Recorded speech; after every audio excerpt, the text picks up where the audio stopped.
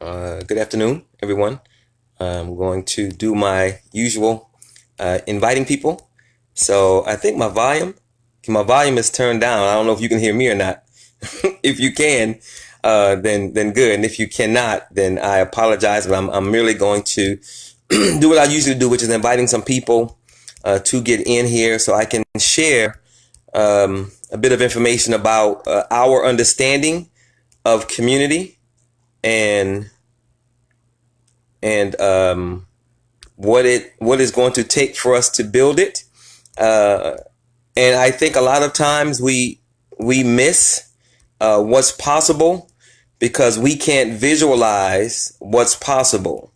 We can't see a clear vision or even a clear path as to how we can make what we want happen. Because a lot of us have lost the ability to dream. And of course, if you can't dream, then how are you going to set a goal? And if you can't set a goal, how are you going to achieve a task? And if you can't achieve the task, then you're never going to be able to change your condition or your life. So, of course, what we're talking about doing in the Black Gold Movement, we're talking about really creating a new kind of existence for Black people, an existence that we have never seen as a collective community in this country, and creating an opportunity to change the balance of power in our favor, so we can better dictate and determine what is going to happen to us, how it's going to happen, and to what extent it's going to happen. I want to briefly share some information with you out of a book that was written by the founder of the Shrines of the Black Madonna. This book is called Black Christian Nationalism. He wrote it in 1972.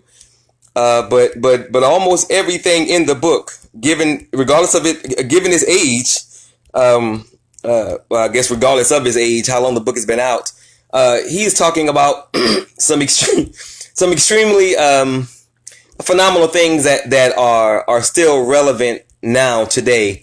So I made a post today on Facebook about the kinds of communities that the Black Gold Movement is focused on building. And I asked a question at the end, as I usually do. I always ask some kind of question saying who wants to build it, who wants to help us build it.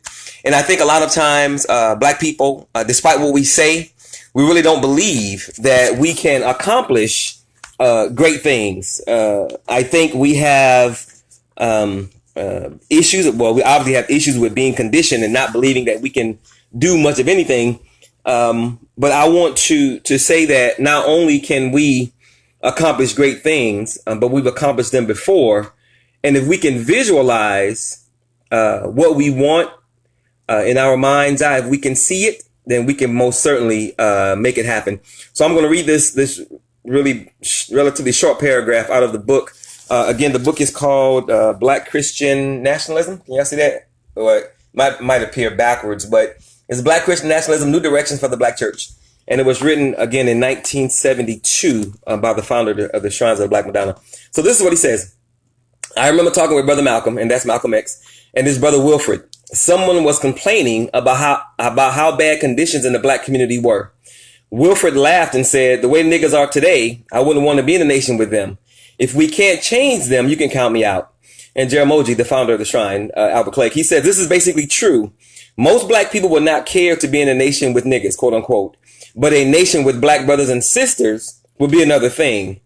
If we can again become human beings with a sense of dignity and decency, everyone will want to enter the promised land with us, our own nation. But a promised land is more than geography. During the Egyptian captivity, there were people who wanted to stay in slavery. During the Babylonian captivity, there were those who did not want to leave Babylon. When they finally were given their freedom, some stayed behind. They were no longer seeking a promised land." He says people get confused about what it is they are trying to do. He says the Black church has been tasked with trying to lead Black people to a promised land of which many cannot conceive. This is the point that I want to make. He says in the book, this is the first step. Black people must be able to dream of living together with love and dignity and desire this kind of world for themselves and their children, if we can accept the possibility and desirability of this kind of black communal living, then we can begin to program for its realization. We have only to determine realistically what we must do to build here on earth the dream which already exists in our minds. I'm going to read that again. If we can accept the possibility and desirability of this kind of black communal living, then we can begin to program for its realization. We have only to determine realistically what we must do to build here on earth the dream which already exists in our minds. So the point is that if we can visualize it, if we can see it in our mind's eye, then we already have everything already within us to make that thing happen. And that's important to understand, recognize, and realize, because black people, for the most part, we have forgotten how to dream. We have forgotten, or we've been conditioned not to believe in ourselves and other black people. And we don't have the ability, most of us don't, to visualize what's possible. I make this point over and over again, but it's in my mind is extremely simple, but for whatever reason, it's constantly missed, which is why I keep saying it. I made a live broadcast a few weeks ago, and I asked the question, what if we did again? What if we did what we've already done, but with a different purpose in mind? And my point was, again, we gave $500 million to the movie Black Panther. What if we did that again, but we did it on purpose? What if we gave money to rebuild black communities nationwide, like we did for the movie Black Panther, but with a different purpose? We're not giving money to go to the movies. We're giving money to build new conscious community centers for our children in our communities. What if we did that? Now, on the surface, it seems like a pretty simple thing. Okay, if you can give money, $20+ for a movie, popcorn, candy, soda, whatever, if you can do that for a movie, which you will never benefit from, other than the good feelings you get from watching that movie on that screen, if you can do that to the tune of $500 million in 1 month, then why can't you do that again for yourself and your people? Now, despite how simple that is, I talk to black people, I communicate with black people every single day from around this country. And a lot of them can't see how simple that is. They can't visualize how what we did one time for a movie, we can do again for ourselves. They can't see the possibility of us simply redirecting money that we still have, that we're already spending, most of us on crap. They can't see how we can simply, by making the decision to give that money to another source, they can't see how that's possible. And that is the level of conditioning that we're dealing with, and that is the issue that we have as far as changing the black community.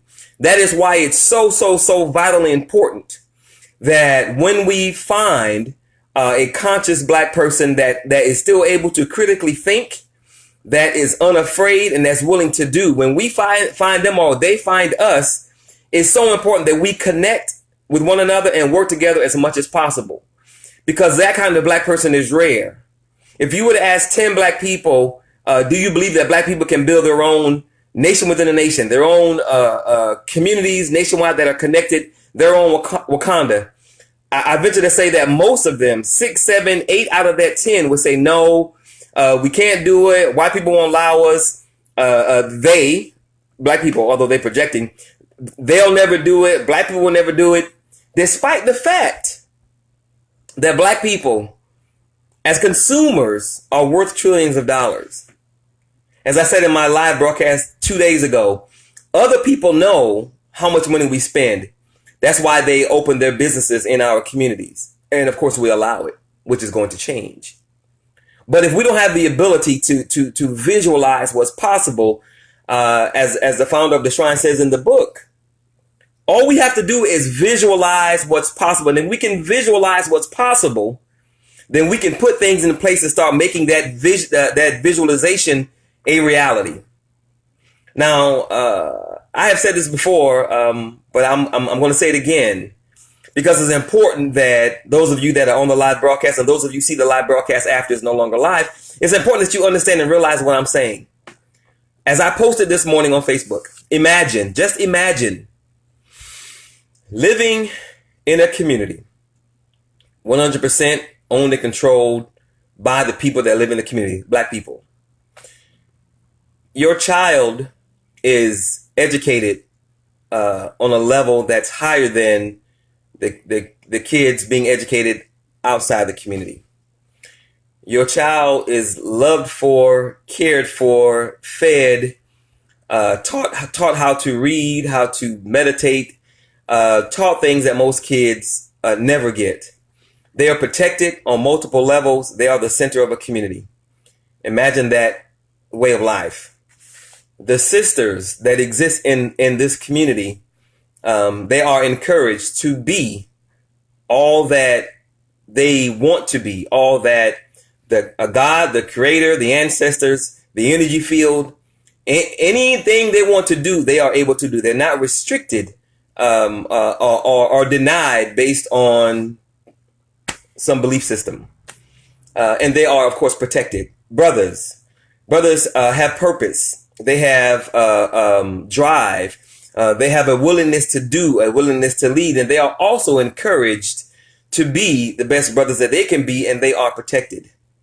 The elders are leading, guiding, giving back in the community to ensure that the children, the women, the brothers are doing the right thing as they should do moving forward. Imagine that kind of community. Now imagine that kind of community in multiple cities around the country. Now imagine that kind of community in multiple cities around the country, and they're all connected with the same mission, the same program, the same desire to protect and raise the children, the same desire to put the woman first to ensure that she's all that she can be. The same desire to give the brothers purpose, to give the brothers drive, to make sure that the brother understands his value, and he's encouraged to be all he can be, and he is also protected. Imagine what that kind of people can accomplish. Imagine how those kinds of people can be sent to other cities and other areas to make that city and that area a beacon of black excellence, like the city or the community that they came from. Visualize what we could accomplish if we had these kinds of communities. If we can visualize it, we can achieve it. If we can achieve it, we can change the conditions of our communities and create a new kind of black person that's unencumbered by an anti-black system, that's not held back by an anti-black system, that's protected from an anti-black system.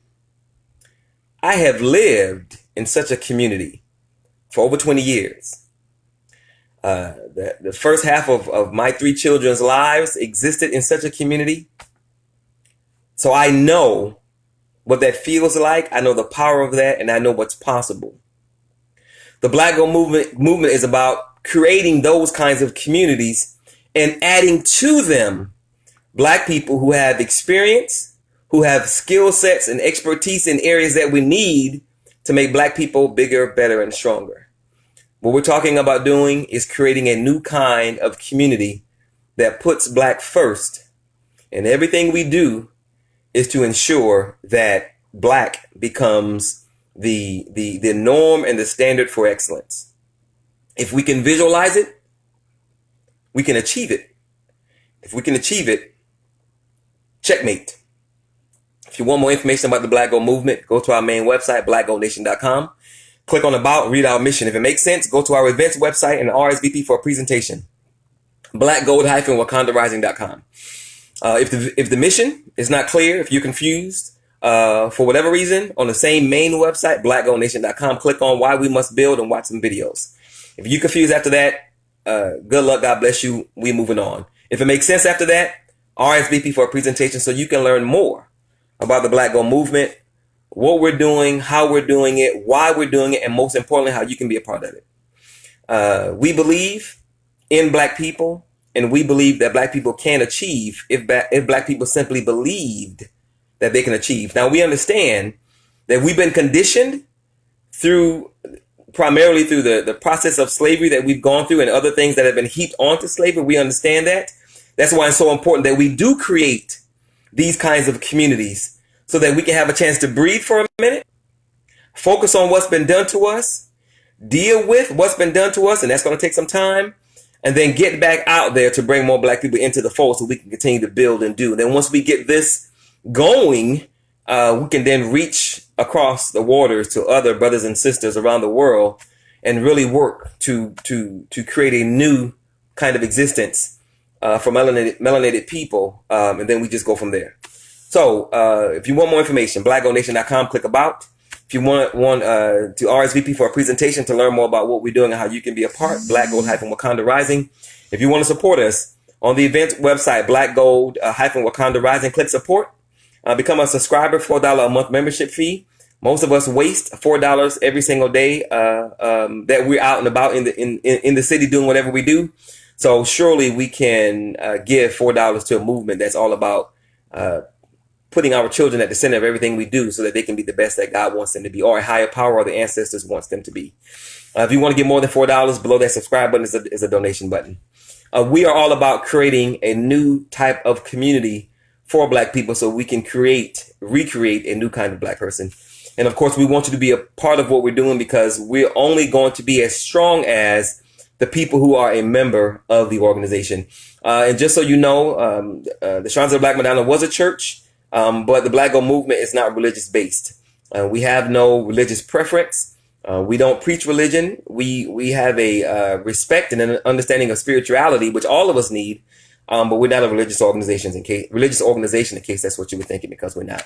So with that, thank you guys for making a live broadcast. Please share this with 5 or 10 people that you think might be interested. Encourage them to go to our main website, read the mission, and RSVP for a presentation. And those of you who made the webinar presentation last night, thank you for that. We didn't have as many people as I wanted, but we had more than I thought we were going to have, actually. So it went pretty well. A lot of good questions at the end, and we had a very good discussion about just this thing, how we're going to build this thing moving forward. So with that, 2 things I want to leave with you guys. Remember that no one can do everything, but if everyone does something, everything will get done. And always, always, always remember that nothing, absolutely nothing, is more sacred than the liberation and salvation of black people. So with that, thank you guys very much. Have a wonderful Friday. God bless. And hopefully I'll see some of you guys on the presentation. Take care, and thank you for tuning in. Bye-bye.